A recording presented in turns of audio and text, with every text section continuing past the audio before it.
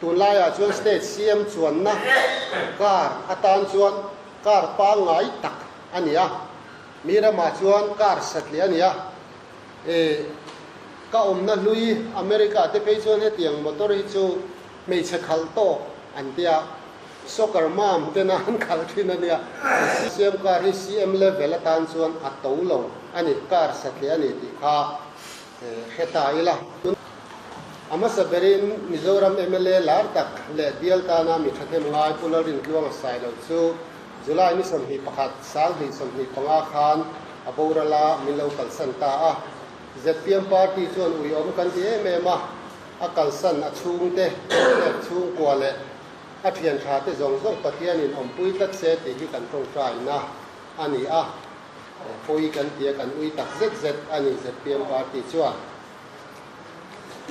ปัญหาหน้าชวนโสทิ้งตรอยสุนจางมิโซรัมคอนเกรสสปอคส์เพอร์สันดร.ลาเลียนชูวัชวนมิสมนิปลีจุลายสังหิสมนิปังอาคารสารางโสทิ้งเลยคอลซาดานามุนอัตโลอาอาริรุขับจงเทเพรสมีเทมาอัศยาเฮตียงาคอนเกรสป่วยเหล่าในตู้เทมาครัวอันง่ายเวตาเฮียนอมุนกันติเลอะโสทิ้งดาตรอยตีหูข้าดูวางเรงดาตรอยอังชีพอันนี้ละว่ารัลกลากเลยรัลกลากเราเคลียร์นะอันนิ่งน้อยไปค่ะอันนี้จู่ๆที่จวดถึงจวดอินเขียนกระริงไปง่ายที่ผมเห็นนี่จู่แต่จู่อันนี้ที่กำมินเทียสักอุละใครท่าที่สองบอกง่ายอันนี้เราในตู้เต้นเชียร์เล่ชาโป้คนดาคนสร้างอันในที่นั่นจู่ๆเห็นไฟอย่างง่ายอันเทียนไฟนี่เป็นพวกนี้เสละคงได้สู้นาวเทียนโซทิ้งอันรุ่นไงเป็นตาจู่ลำปังไงเป็นนั่นเป็นช่วงตาที่หลอมกันตีมาอันทุสตุนมาชัวนันทุสวยลาตักถิ่นจู่อินโซทิ้งที่จริงเราปกันตีละว่าเลยสักจู่ปอให้กันปะเราอันติดชีน่าไว้น่าเรื่องส่วนจะเตรียมสุดการินเตรียมอังอินเราในตู้ตะกร้างมังไงอินกันหันป่วยปุยตะนกนกปาที่เราปุยตักแต่ปนโซทิ้งเราไงสักเราให้ตะบิกเราก็กันเราไก่หัตตาให้ฮีอารมณ์กันเตี้ยนี่คงเรสเลยMNFอุณาวแต่พออินจะเตรียมจู่อันรถมาปังอินันกันเราตีเตโซทิ้งทาร์จงอันเลยเราตีเตอันโซยาเลยเราว่าเตมินปูชีนะเนี่ยอดีตนักเรียนพอมังอามาเราจู่ตีจอกเซตหอมังเอากันตีจู่อันสุรการหุ่นโซทิ้งอันเลยดันตัวเลยกงชจอกแต่เราใส่ชวกเซตจู่ไงน้ำจอกกินกันดีละกุมสอมปัสสริเตกุมสอมตีเตอันสุรการตัวเนี้ยเขามีช่วงการเอ็นซัดมาอันเลยละว่าตัวนักการตีช่วยกันลุยล้อนกันไปซัดโตฮีอันขันเราวันนี้ตีข้าจนสิ้นบุมีเต้นมินเราเรียกสักอุละกันดูช่วงวางอินโซทีงะเขริชวนี่MNF เลยคงเรียกที่ชวนมินเราเซลต่อเราเซกันดูก็ไม่อยากกันเตียมังมินกันหันตีเวนนกว่าจู่ๆเราในตัวตะการมากันไงสักนะอันนี้โซทิ้งสวยตากาจวนสวยเขาต่อเงินกันดูทุกสามจุกันแข่งเราว่าอามาเราจู่กันเลยสักเขาเตเราฮิจู่เราตัวรักกันปุ๋ยแต่พอฮิอันหล่อมานี่ที่จวนนี่ให้ชุ่งกว่าอินชุ่งกว่าหน่วยนี่หน่วยทุ่มหน่วยงานหน่วยเรียดหน่วยโสมตีเตปอยสาอลูตาข้างข้าเราปุ๋ยกันตีเมมาก็สรการมาสาปนิเตNLUPตีเตCDPตีเตกุมงัดชูงันหน่วยขัดเตรียมเตกุมงัดชูงันหน่วยทุ่มเตรียมเตไอคานอโลกตะโจกเตะอันโทระอันนี้บกเสียเตียนชูหน่วยขัดเตหน่วยทุ่มตะชวนเป็ดจวงบกสีละวะชูวางชัวดินจะเตรียมสรการมาลากนะฮีอัดชวนอมเพลนกันเขียให้ชูกันช่วงเพลนี่อดดเละขัดชูกัดเชียร์เหล่าไม่ยังอาศัยเหล่านานให้ซุ่มเชฟเรลจงจางนิสมนิปังอาจุลายสังนิสมนิปังอาเจเลนจันจินบุชัวกาจวนMNF Fisheries Department ปอยสาหน่วยจ่าอมนักสรการันจอดติอาลหลังพวงไม่ยะจู่ๆให้ยูทูบเบอร์ตั้มตักปอยอันรันสวยสุยละมาที่ชวนMNF ปาร์ตี้นัดสวยด่านชวนMNF ชวนApril สังนิสมนิปังอาสังสุนต่อหน่วยสังขัดที่มิโซรัมสรการเฮียนเองตานเงอมานาอัจฉริเงอมันดานตูร์อาลาซิร์เมกโจกที่โจตินอารังเทียงเบราทุดิกวงชวกตูรินอันเงนะ tin sum hi central sarkar in man tur a ape kang dik taka mang turin le ti bo thau zonga khosalo turin ZPM sarkar chu achani hak an hiak boka nia MNF unauten ZPM sarkar hi sum chebrel lo tur te ti bo thau lo tur te aman na tur dik taka mang tur te in an chani chu hay chebrel ti te ti bo thau ti te lo lan nu la wang hian MNF unau te hian thil hian re thei sia sum hi chebrel ani thei tak tak mai angem ti te a bo thau mai do nem mi ti te ngai tua thiam har hle maya chu wangin a fel lo don le in kan khia kan han chui ta a to pa chuan kan chui chua chu eng ma hlau thon tur a om lo ani engkim a fel fai ani ti sarkar akan ho tu ten min khia ta a hei kan minister zaom tak pucha te po fisheries department minister ani sia kan lo ring lel man lek lek to thilom dia chu hetiang hi ani a amount hi nuai za nelovin nuai sang khat ani zo ka an soi ang hian ni som ni panga thali sang ni som ni panga khan sang son mu ani a ti chuan budget allocation te han deal ta a toy zong in ni som ni pasari thanga sang ni som ni panga khan expenditure sang son deal le ani a chu deal me kan ya a poisa hi chun ron release to nge ya Reserve Bank of India a oma a thuin tuna hian finance a om thunga finance in sanction order an ron ti chua thei huna chung poisa te chu a beneficiary tur te po than fel vek ton ni a chung ho ne na chuan direct deposit in an account na thun mai tur ani don ani tu mai la tu tan tu ma hlau thon tur om lawa kan ho tu te hianin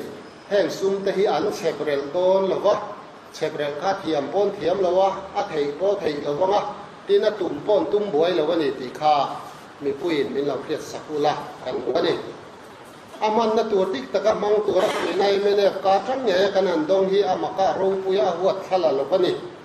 maso nani alo mo me mani hetianga sum chebrel hal soi ta ka hi chuanin tu ma an soi thin lam toi chi khang ba fa hosti te pa hosti te kharil ro hian alo lang thina in kan speaker lui ngai point ka kut nge hian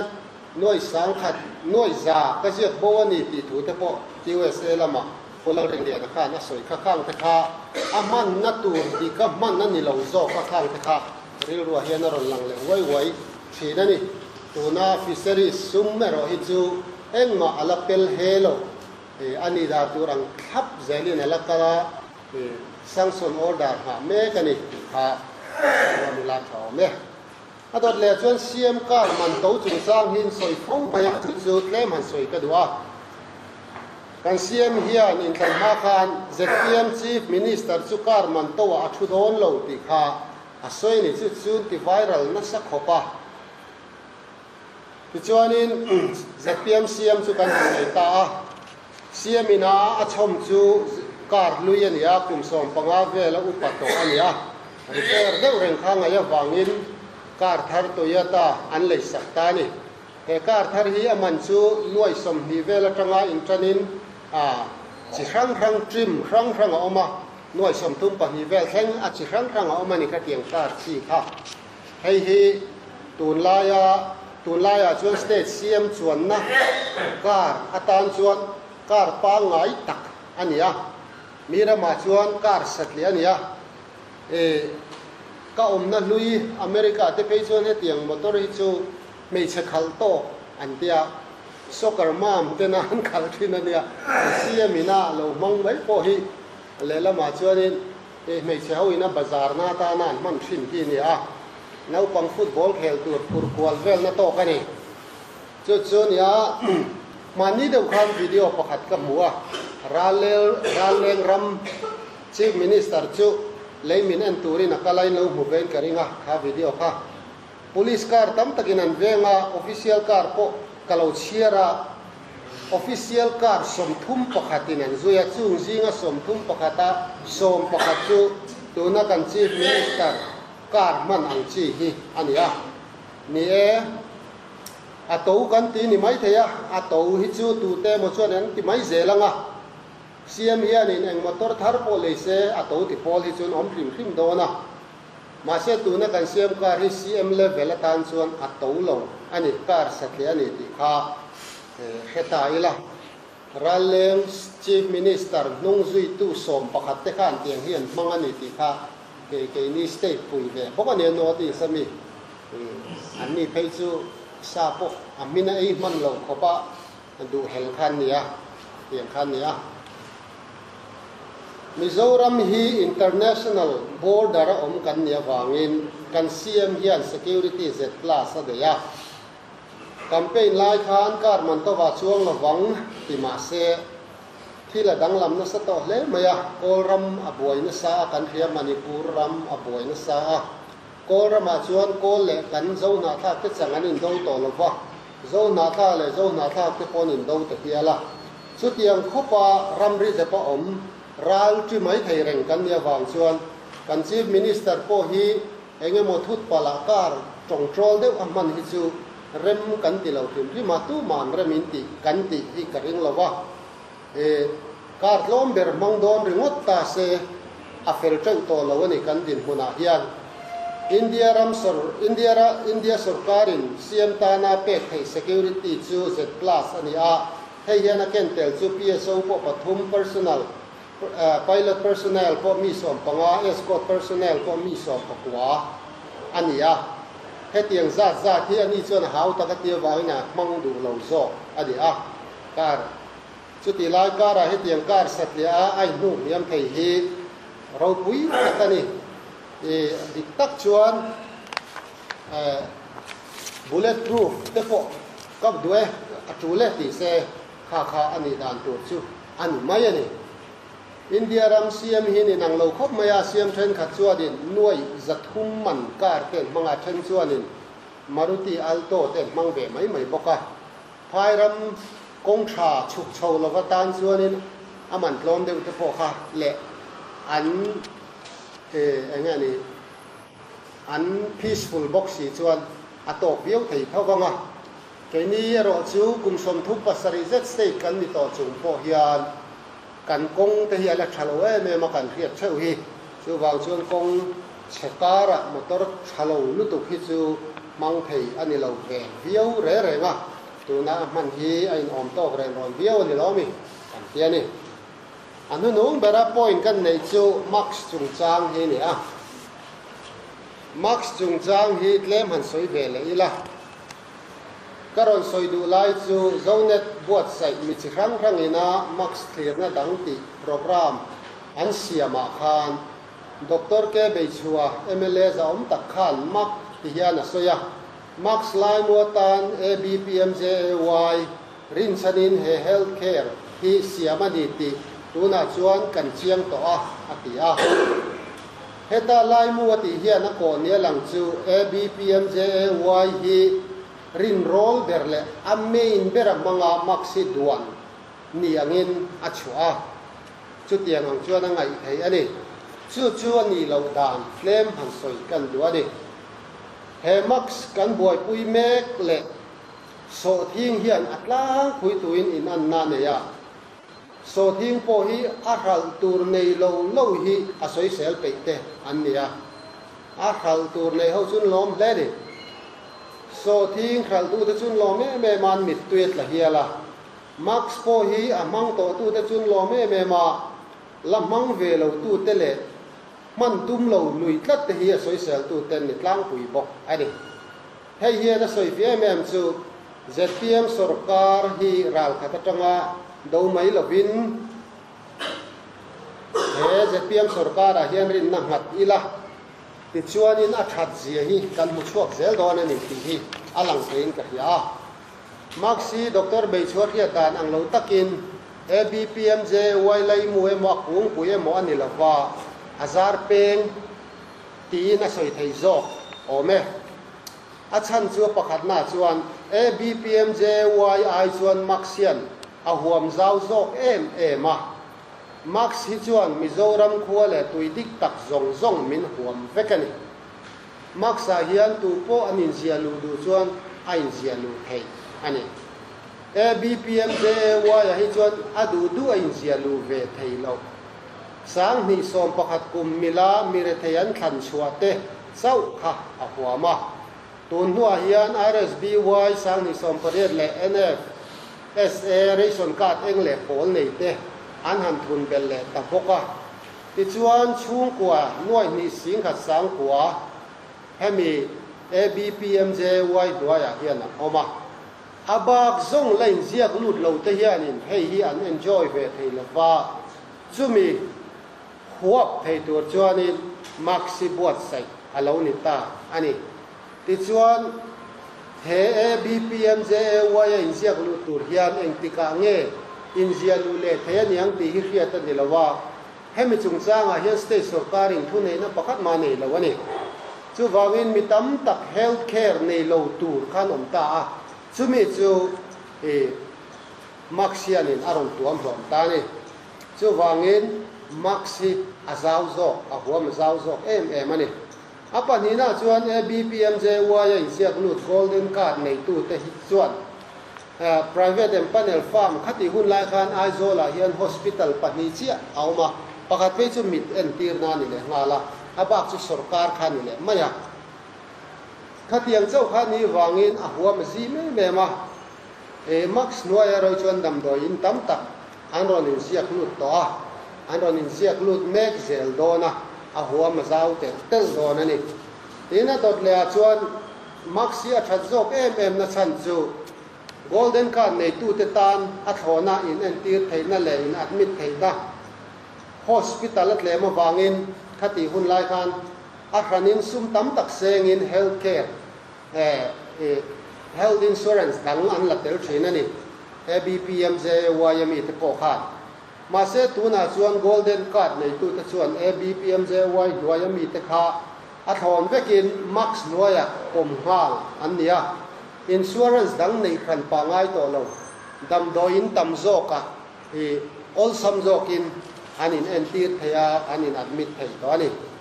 Dr. Beichua Khan insurance line mu beratan an mang ati na chan ni om dang alang pakhat le chu central atanga premium don zat hi ani a ABPMJY noya khan chung ko pakhat tan kum khata cheng sang khat le somnga le pahni central sarkar in aron pe china hei hian ni na taka chuan a be thamu me mani chung ko pakhat tan kum khata tan dam lo ten an joy bel fo thin chu wang chuan hei hi rin rol le in nga na ber atan man tham ani lo ti kha lo henon le taila hetia ZPM sarkar kum khat le chan ve chawin max bul aron tan thei hi lo tin na sa takani kan ti lo thei lo ba private hospital hovin an ron zom zel tura ngai la le lama chuan private hospital in an ron zom zung lo te po hi thatna aum ve a pathian ram ruat po ni hial mai thei ani a chan chu sarkar lam kha an tang ve thung ani ti chuan in sarkar lam an tanga na sa takin ma son na lo lang ta a re lo te chung in thok tu po sang tam tak thok tu sang le thok tu niam po a zali som ma lai lak belan nia tin hei ZMC and cha hianin kabin thar som thum da belania medical wata po khum sabni paruk da belania gaini wata po khum som da belania ICU wa khum som pathum da belania lunglei le sai ha civil hospital ate po ICU khumnga ve da belani poka heng hitun ma kan nei ngai lawani sarkar ma sa ka chuan RT-PCR remote po kha bun thei lo khania ama ru chu ke ni chuan chu tiang chuan ma son na tam tak ZPM noya chuan kan muta Aizawl civil hospital MRI khol kan han bun thei ta ringot po hi ma son na chuan om atling ani he max chung changa hian kami mal ngai dan tlem han soi ve ka dua khowela ram hausa tam tak hian healthcare system thatak tak an neya ken ki ma free ve ka in en tir thei te ni ama ro chu chung ram hausa ho chuan in taxi an pen sem mani mi mal tin hian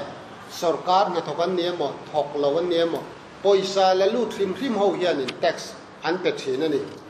athen ve chuan in an lak lu chan ve deuh tho ten pe ni an mi hausa ho chuan chu ti khop chu ne wangin I sarkar hi a hau salong thei lawa Mizoram a po hian sarkar na thokrengot hian in an hlak lu chan ve hi peta se kan hau sangota chu tiang chu ni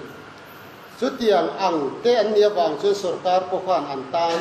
thil tha atilet ve a chu wang chuan health insurance te thatak apelet ve ni ke ni chu tax pay kan khe si engma bu fai ringot po hi alo then na man pa khul po kan khe ani a chu tiang khop chuan sarkar tan hian kan in uya helai hian kan ril ru kan siam rem thuai hi apoi mo khopani ti chuan ram then khat entir nan America ang teng te khu sarkar in khatiang khan aram mi pui te tan health insurance kha atiam lowa private company in health insurance company in omakang awa kan vain ziak lu ta an vain ziak lu ta ta chuan in kan din muna sirin kan premium pek za tu kan lo chu chuak thin ani kumu ba kan ni chuan in atawang kum nau pang deu chu tloma ting pre existing condition entinan nan na ben von lo nei lo ho phei chu ataw ma a then phei chu la du lo ni cancer nei ti chiang sa teng health insurance an mu thei lo khatiang ang khop kha ani a ma se Mizoram a chuan khatiang ni lewin a tua pon huam veka mira ma chuan zu in ta chuan premium asanga mei zu po premium asanga sa da khaini huam ta chu premium asang lu tu kani ti chu tiang zialin driver te chu a pek za tur kha sanga an ei zon na kha a risky bi ka wangin thi mai theina ni wang in liam mai theina ni wangin khatiang zel kha ni a ke ni a chuan khatiang om mi alovin atua po kha kan sarkar hianin a khung ta vek mai ni max noya hian cancer nei sa po ni se nanak ben von khir tak nei sa po se a khung vek an in en kol na kha pek sak tan chu ro pui le ni si tiang hi awanga kum upa tan po a thei vek ani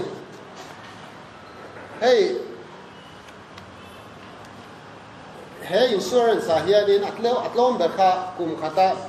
a premium sang hi zanga ani a atlom em mai ni hei hi family pakhatan kum khata tan ani a mitam tak chon ka nei lo ten ti thina hei hi nei lo chi po nin ka helova ka nei lo ti chung hian ku wa cheng zaman ni tin an ei thei tho ani chu wangin thakhat ku wa han hei se cheng sang thum an lo nei anga kha khan kum khata tan an chung ko health insurance an in ziak lut the ni chung ko pakata en mi panga ta se pakhatina choi chu kum khata zanga lo ni a chu ni khata choi chu cheng khat le poisa som thum par chau ania hatlo me mani a oi lo zo chu tiang khopa tha chu kan insurance ni a tu na hian mi pui hian in soi sel na le do dal na tu te mo tang hian atama wangin an la tiam lawa a mang to chin hi chu an lom em ania hetiang ang taka insurance tha hi healthcare system tha hi khoyange mu tur omang India rama chuan awanga khovel bunda nga po wango tin karing asa trong takin too good to be true ti kha asoi fia berani to wan poinia hian kan healthcare system hi ABPMJY peng ani lawa ABPMJY hi a peng azar more vem chawani ti kha kan soi du ni chu chung ta chu ka soi thei ni